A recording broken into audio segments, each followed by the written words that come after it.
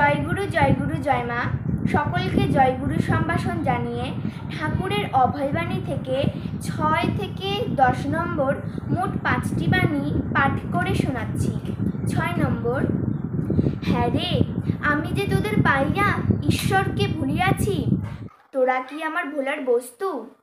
তোরা যে আমার হৃদয় নিকুঞ্জের পোষা দোহেলা, তোদের প্রভাতী টানেই না আমি প্রাণ ঢালিয়া দিয়াছি।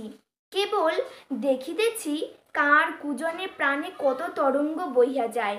প্রতি মুহূর্তেই যে তোদের স্মৃতি জাগ্রত হইয়া আমাকে ভাবের রাজ্যে প্রতিষ্ঠিত করিতেছে।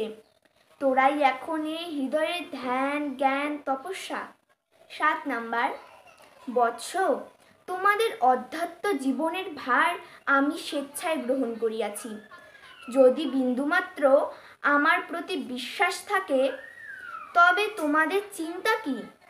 তোমরা অত্যাধিক কোনো কাজকর্ম না করিয়া হেসে খেলে বেড়াইলেই আমি নিয়ত তোমাদের মঙ্গল কামনাই করিব, এবং তোমরা আমার সমান গতি লাভ করিবে। ভয় কি বৎস? সময় সব পাইবে। 8 নাম্বার। তোমরা একত্রে প্রেমের সংসার স্থাপন করো, আমাকে মূলে প্রতিষ্ঠা করিয়া আমার সংসারেই কাজ করো। যেন মনে থাকে প্রত্যেক কার্য ঠাকুরের জন্যই অনুষ্ঠিত হইতেছে। ঘর বাড়ি ইত্যাদি সব ঠাকুরের, সংসার ঠাকুরের, তোমরা সেবক মাত্র।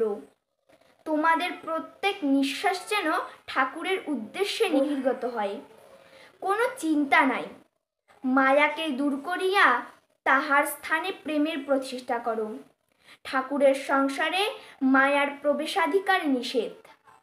9 নাম্বার। তোমরা আমার শিষ্য, অপুত্র তুল্য।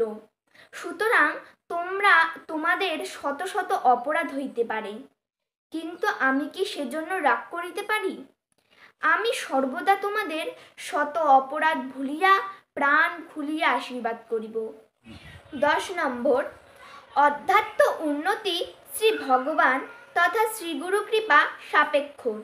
তপ জপ যোগাদি সাধন ভজন উপলক্ষ মাত্র। তবু ইহাদের প্রয়োজন সেই কৃপা আকর্ষণের হেতু।